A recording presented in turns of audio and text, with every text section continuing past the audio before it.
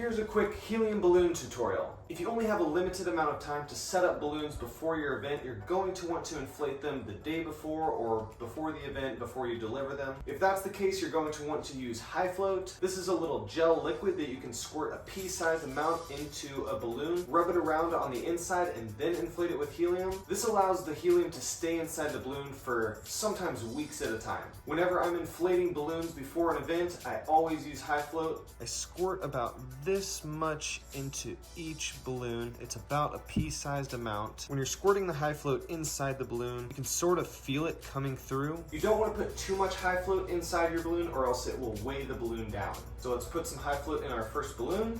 As I'm pushing the pump down with one hand, I'm feeling how much high float is going inside the balloon with the other hand. Like I said, we want a pea-sized amount, and then we can rub it all over the inside of the balloon. And I even use my thumb to stick back up about halfway through the nozzle just to make sure that the inside is completely coated with high float when I inflate it with helium. We'll open our helium tank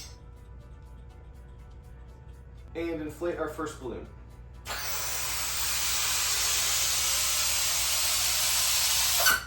These are 10-inch balloons, but when you see this pear shape, you want to stop inflating it, tie it off.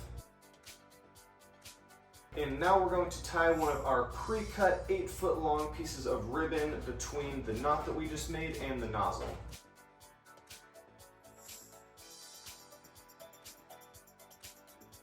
All you need is one knot and tighten it up. And now I'm going to show you how I arrange multiple helium balloons in one bunch. Now let's say I have 3 helium balloons that I want to attach to one balloon weight. If it's up to me, I usually put these in groups of between 3 and 6. I decide what color I want on the top, and in this case I want one of these more metallic purples on the top because I want the middle balloon to be this darker purple, and then I'm going to put the other metallic balloon right there on the bottom. I want a little bit of overlap between the bottom of my top balloon and the top of my lower balloon. So now that I have these arranged, I can determine how high up I want to attach these from the balloon weight. If this balloon weight is going on the ground, I usually have my middle balloon at about 5 feet high. That makes the entire balloon bunch about eye level. If I'm going to be setting this balloon weight on a table, I want to make sure that the people who are sitting at the table can see across the table to each other, so I don't want to put the balloons too low. But I also don't want to put the balloons too high. So I usually leave these about like 3 or 3.5 feet off of the table surface. I'll usually just tie it around this little bunch right here, and I'll just do one knot and pull it tight, and that's usually fine. Then for the final touches, I can cut off the excess balloon ribbon here. We don't need that.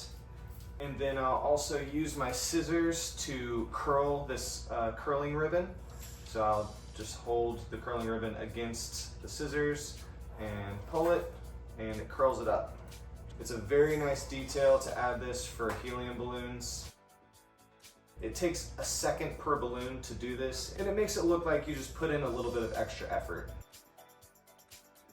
So that is your basic helium balloon tutorial. A couple other tips if you're going to be delivering helium balloons. If you're making a lot of these, go ahead and batch your work. So if you're cutting a ton of 8-foot ribbon, put 2 chairs facing each other and just wrap the ribbon around the 2 chairs. That makes it about 8 feet.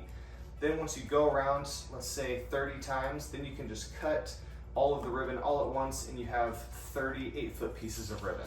That's a very efficient way of getting the same length of balloon ribbon as opposed to measuring out 8 feet, cutting it, measuring another 8 feet, cutting it. Another recommendation I have is to not attach it to the balloon weight until you are at your event setting it up. Let's say you need to do 10 groups of 3, and you put these in your car pre-attached. When you're driving around, all of these balloons in different groups are going to be tangled up within each other. It's going to take unnecessary time once you get to your event untangling the balloons. So if you have 30 helium balloons to deliver and you need to set them up in 10 groups of 3, I would go ahead and put high float in all of them, put the helium in, attach the balloon ribbon, curl the balloon ribbon, and then put all of them in your car not attached to a weight. And then once you arrive on site to your event, pull the 30 balloons out of the car into the room that you're going to be setting up in. Quickly organize your balloons into an arrangement similar to this. Tie it around a weight and cut the excess ribbon off. And that will save you time as opposed to already attaching them to weights and then needing to untangle all of them.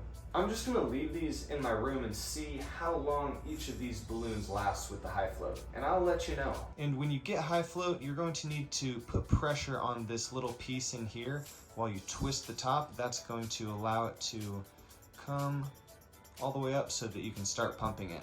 Hopefully this was helpful. Thanks for watching. I'll see you in the next one.